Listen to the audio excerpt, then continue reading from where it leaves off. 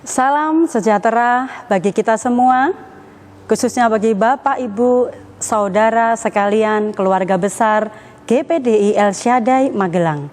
Malam hari ini saya ingin berbagi tentang kebenaran firman Tuhan yang tentunya akan memberikan kekuatan, motivasi bagi kita yang percaya dan mengasihi Tuhan.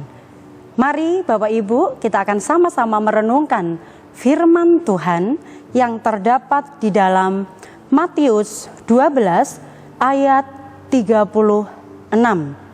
Firman Tuhan berkata, "Tetapi aku berkata kepadamu, setiap kata sia-sia yang diucapkan orang harus dipertanggungjawabkannya pada hari penghakiman."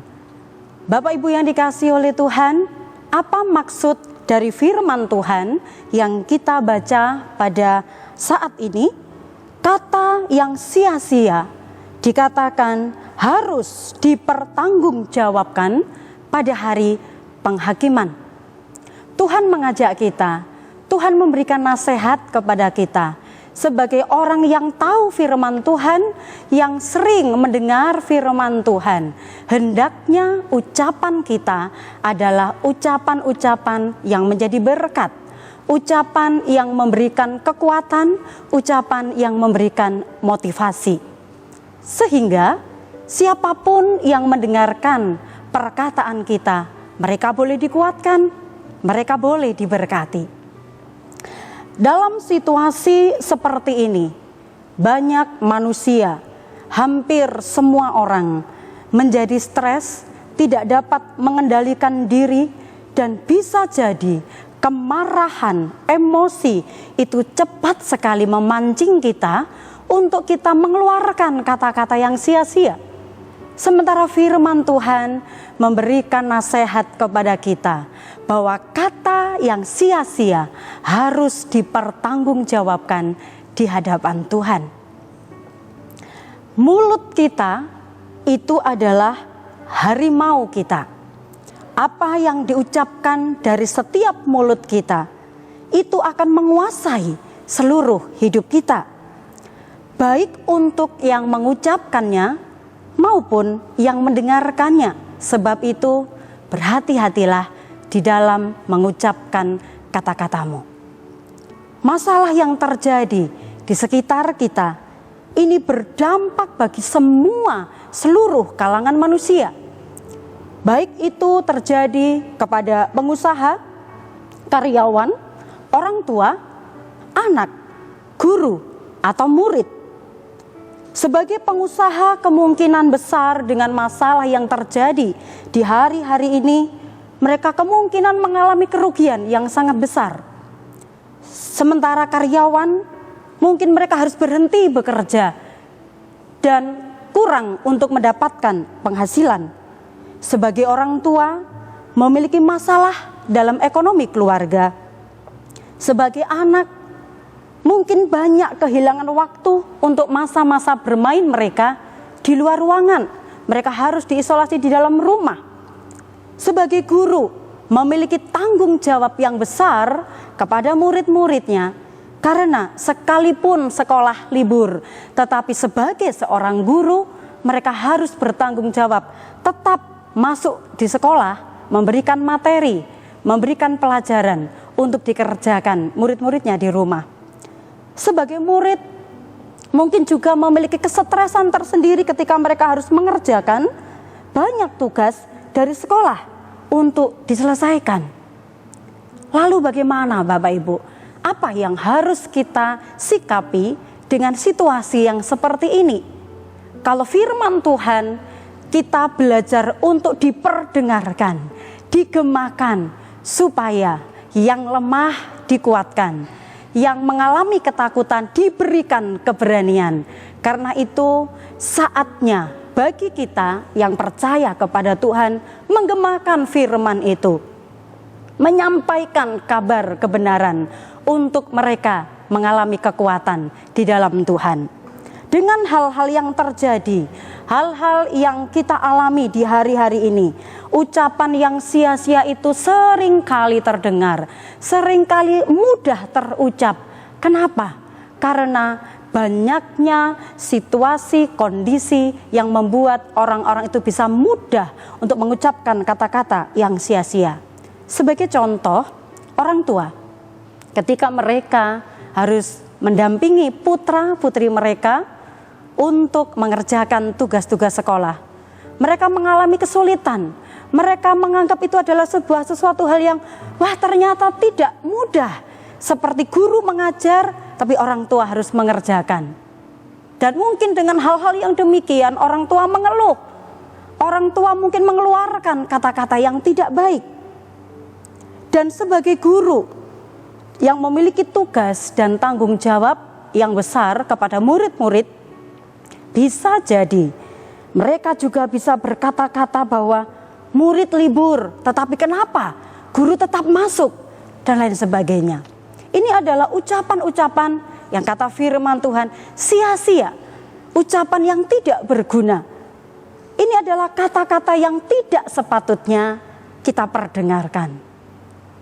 Di dalam Alkitab ada contoh tokoh-tokoh yang mengeluarkan kalimat-kalimat yang seharusnya tidak perlu diucapkan. Contohnya di dalam Ayub pasal 2 ayat yang ke-9, kalau kita sama-sama belajar menyimak. Maka berkatalah istri kepadanya, ini istri Ayub saudara, bahwa masih bertekunkah engkau dalam kesalehanmu, kutukilah Allahmu dan matilah. Kata-kata yang diucapkan oleh istri Ayub ketika melihat kondisi ujian yang Tuhan izinkan terjadi di dalam kehidupan Ayub. Dan istri Ayub ini mengatakan, kutuki Allahmu dan matilah.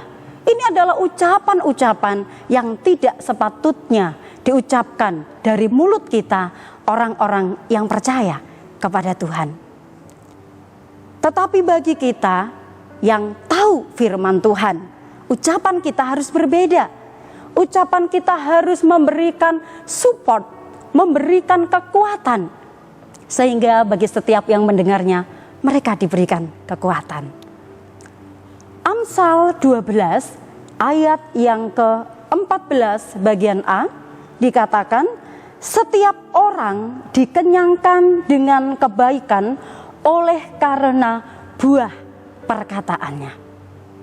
Setiap kata-kata kita mengandung buah.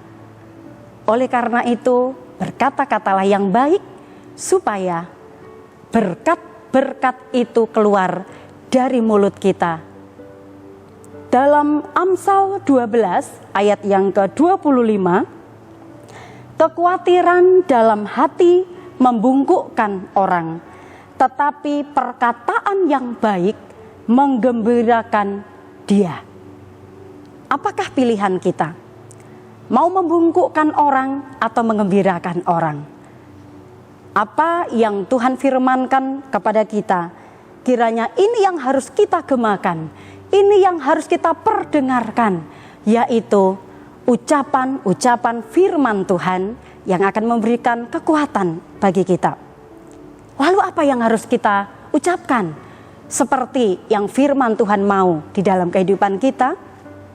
Yang pertama, kita buka di dalam Filipi pasal 4 ayat yang keempat, yang harus kita pelajari, yang harus kita perdengarkan adalah dalam Filipi 4 ayat yang keempat, bersukacitalah senantiasa di dalam Tuhan. Ini bukan sesuatu hal yang mudah untuk kita kerjakan, untuk kita lakukan, tetapi firman Tuhan mengajar kita bahwa di tengah-tengah ujian hidup, situasi yang sulit di hari-hari ini, firman Tuhan mengajak kita untuk kita tetap bersukacita di dalam Dia. Karena sukacita dari Tuhan itu adalah kekuatan di dalam kehidupan kita. Yang kedua, di ayat yang ke-6. Di ayat yang ke-6 apa? Firman Tuhan bagi kita, jangan khawatir tentang apapun juga. Poin yang kedua, janganlah kita khawatir. Apapun yang Bapak Ibu hadapi di hari-hari ini, firman Tuhan mengingatkan jangan khawatir. karena Tuhan itu sebagai sumber kekuatan kita dan yang memelihara kehidupan kita setiap hari. Poin yang ketiga, apa kata firman Tuhan yang harus kita perdengarkan dan harus kita ucapkan? Di ayat yang ke-6, tetap di ayat yang ke-6, nyatakanlah dalam segala hal kepada Allah doa, permohonan dengan ucapan syukur. Tidak mudah untuk kita selalu bersyukur dalam segala keadaan, tetapi saat kita belajar bersyukur kepada Tuhan, itu adalah kunci kekuatan kita menghadapi segala sesuatu.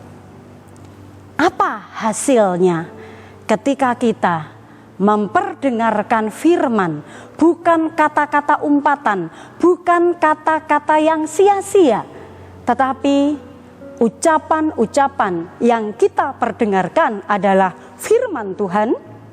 Maka hasilnya di ayat yang ke-7 kita akan baca, damai sejahtera Allah yang melampaui segala akal akan memelihara hati dan pikiranmu dalam Kristus Yesus. Kalau kita tidak mengeluarkan kata yang sia-sia, tetapi kata-kata berkat, kata-kata yang menguatkan, maka damai sejahtera Allah itu akan ada tinggal di dalam hati dan pikiran kita, sehingga kita terus mendapatkan kekuatan, kemampuan untuk menghadapi ujian yang terjadi pada kita di hari-hari ini. Di ayat yang ke-8 firman Tuhan berkata, jadi akhirnya saudara-saudara, semua yang benar, semua yang mulia, semua yang adil, semua yang suci, semua yang manis, semua yang sedap didengar, semua yang disebut kebajikan dan patut dipuji, pikirkanlah semuanya itu.